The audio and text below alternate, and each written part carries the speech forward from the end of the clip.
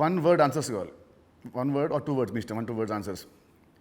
మీకు చెప్తాను కొన్ని పేరు వినగానే మీకు వచ్చే ఫస్ట్ మీ థాట్స్. పవన్ కళ్యాణ్ గారు, ఈజ్ మై స్టార్.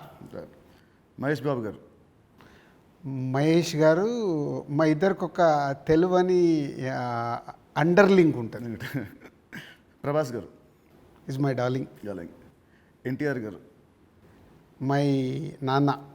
నాన్న నాన్న అని పిలుస్తాను నేను అవునా? తారక్. ఓ అదేంటి ఆ లింక్ ఏంటి? అది అప్పుడు తారక్తో డిస్ట్రిబ్యూటర్గా ఉన్నప్పుడు క్లోజ్నెస్ ఉండి బృందావనం చేస్తున్నప్పుడు అప్పటికి కొడాలి నానిగారు వీళ్ళందరూ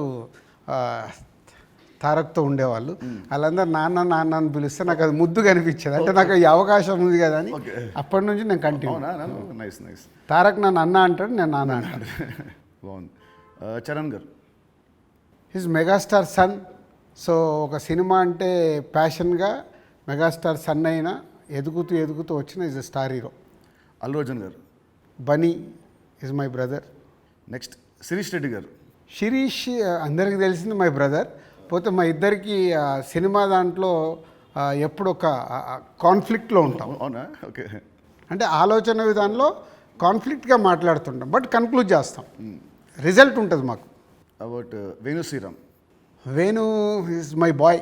తమ్ముడు సినిమాని 3 ముక్కలో చెప్పాలంటే Thammudu, what is Thammudu for you? Nithiin నాకు తమ్ముడు, వేణు నా తమ్ముడు. తమ్ముడు సినిమా మీకు పేరు తెస్తుందా, మీకు డబ్బు తెస్తుందా? ఫస్ట్ పేరు తెస్తుంది, తర్వాత నేను పెట్టిన డబ్బు తెస్తుంది, ఇంకా అద్భుతాలు జరిగితే లాభాలు తెస్తుంది. సో July 4th సినిమా వస్తుంది తమ్ముడు. సో ఆడియన్స్కి మీరేం చెప్తారు? ఎస్, అన్ని ఇంటర్వ్యూలలో చెప్తున్నట్టే.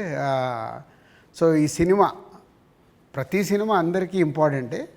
ఈ సినిమా వేణు శ్రీరామ్, సో ఎంసీఏ వకీల్ సాబ్ తర్వాత బెస్ట్ సినిమా, ఆడియన్స్కి ఒక ఎక్స్పీరియన్స్ సినిమా ఇవ్వాలని చాలా కష్టపడి అవుట్పుట్ ఒక రేపు ఎక్స్పీరియన్స్ ఇవ్వబోతున్నాడు అవుట్పుట్తో.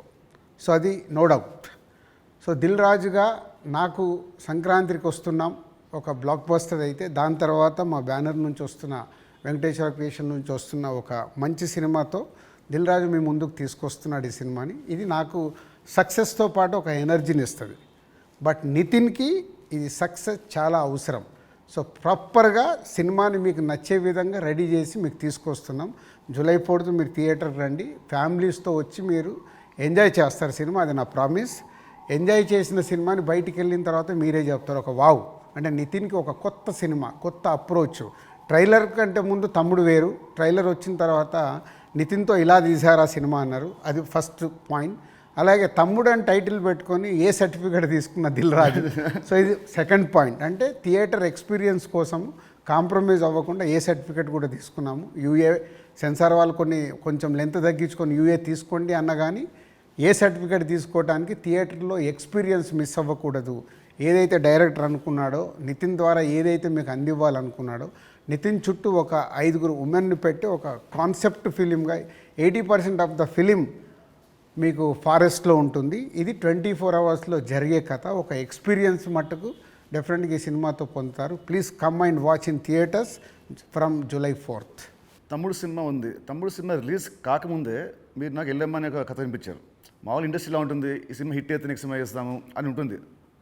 మీకు ఏంటి మళ్ళీ మీ మైండ్ సెట్? ఈ సినిమా రిజల్ట్తో సంబంధం లేకుండా నాతో నెక్స్ట్ సినిమా చేస్తున్నారు, ఇమీడియట్ సినిమా. సేమ్ నాకు సుబ్రహ్మణ్యం ఫర్ సేల్ జరుగుతుంది తేజుతో. అనిల్ రావిపూడి పటాస్ రిలీజ్ అయింది.